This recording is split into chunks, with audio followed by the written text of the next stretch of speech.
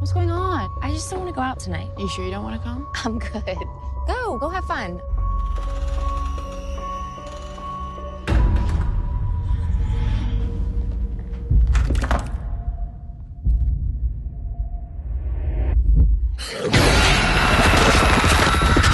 Hi, welcome to What the Flick, everybody. Matt Atchity, William Bibbiani, Alonso Duralde, and today we are going to talk about Ouija. Teenager dies. Other teenagers try to talk to teenager. Ghosts talk back. You ever feel like even after someone you love has died, there's still a way you can talk to them? You want to talk to Debbie? Yeah.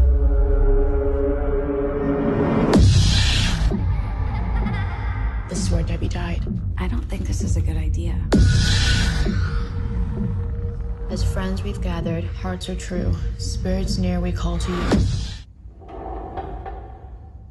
Calm down. It's an old house. This is a joke. Come on, you guys. Who's doing that? Sarah, cut it out. I'm not pushing it. Just spelled hi, friend. Hey, this is freaking me out. I'm done with this. I found something. I wanted to get this on camera. I found something in my house. Weird things started happening as soon as I found the board. Debbie found the board in her house. She woke something up. I did not have very high hopes on this one because A, it's a PG-13 horror movie, and with the exception, It's a spooky story, though. It's a ghost story. It doesn't have to be ultra violent. Sure, but with the exception of Drag Me to Hell, those have pretty much been entirely reliant upon. You know, that's all you almost ever get from a PG-13 movie. And it's a Hasbro movie, which seems like a weird choice because you hear of a movie of people who are dabbling with forces beyond their control, who are constantly being told, don't use that thing, destroy it. Yeah, and using it kills people. Yeah, right, and then after the movie, oh, by the way, please go buy our product, this Ouija board. It is very, very ironic. That's kind of the same thing they've been doing with Transformers, right? Like I the guess. Transformers are hugely dangerous and cause mass destruction, but buy the toys. But even so, they're portrayed as being cool. And Ouija, the tone is very dour. You know, everything is very sad. It's about loss and grieving and getting murdered. And not like dying in a firefight, getting murdered like in a by a bathroom. horrifying ghost. Yeah. So Now, it's a weird way to sell Well, a product. what I will say, though, is that after about the first third of the movie, which is all, they actually come up with some cool, creepy shit that is PG-13 friendly. Yep. And this is a dumb movie, but I had a good time. I mean, I could see this being the kind of movie that like a 9-year-olds would watch at a slumber party in the living room with the lights off and get scared. Okay, look, as baby's first horror movie, this isn't the worst thing ever. But I'm a Baby's first one. And that's the quote on the DVD box. You can use it. No, but again, I don't even care that it's PG-13. PG-13 means less and less now anyway. You know, you can get away with horrible stuff in PG-13 nowadays.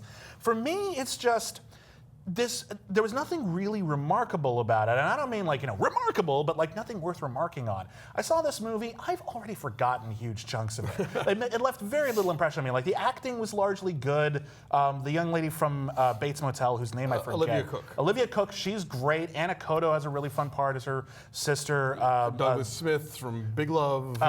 What's the lady from Lynn Shay? Lynn Shay? Lynn Shay is a great small supporting role in that. She's good in everything. I didn't give that away in my rap review, but yeah. She's in the movie. I think it's I know, but I just like. I'm not gonna tell you what she It's does. a thing now in a horror. We're like, oh, Lynn Shay shows up, and that's kind of a cool thing. It's like Udo Kier showing up. It shouldn't shock you at this point. I know, but she elevates everything. Yeah. So Look, I'll say this for this. They take the idea of a Ouija board and they do something different than Witchboard did. So well done.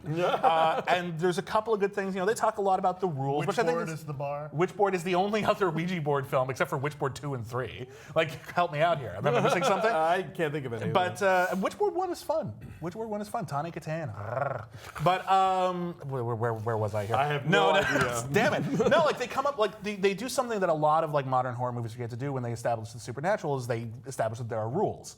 There are things you don't do with a Ouija board. Right. You don't use it in a graveyard. That's inviting disaster. You don't use it alone. And they find a way to take those rules and actually get some twists out of them and make it them kind of relevant fun. to the Yeah. Some of the ghosts look kind of scary, but they just didn't do anything that interesting for me. I thought it's like, there oh no, was- it wrote "friend" on a wall. Run! I thought there was at least one or two interesting kind of like plot reversals and surprises that were interesting, and some decent scares, some decent creepy visuals that were not so far gone that you couldn't show this movie to, like I said, a 9 or 10-year-old, but still we're kind of like, ugh, you know. I don't want to be in the position of defending this movie because it's dumb, but I would be lying if I said I didn't have a good time. Well, that's important and that's fine. I just didn't have that good a time. And again, my standards for horror are a little lofty. Well, so sure. if I'm over, playing my credits, I'm fine. I'm a pushover because I'm not a big horror person. That's fine. But like, after Annabelle, I just didn't need another horror movie where there could be an entire scene about, oh no, something turned on the burners on the stove.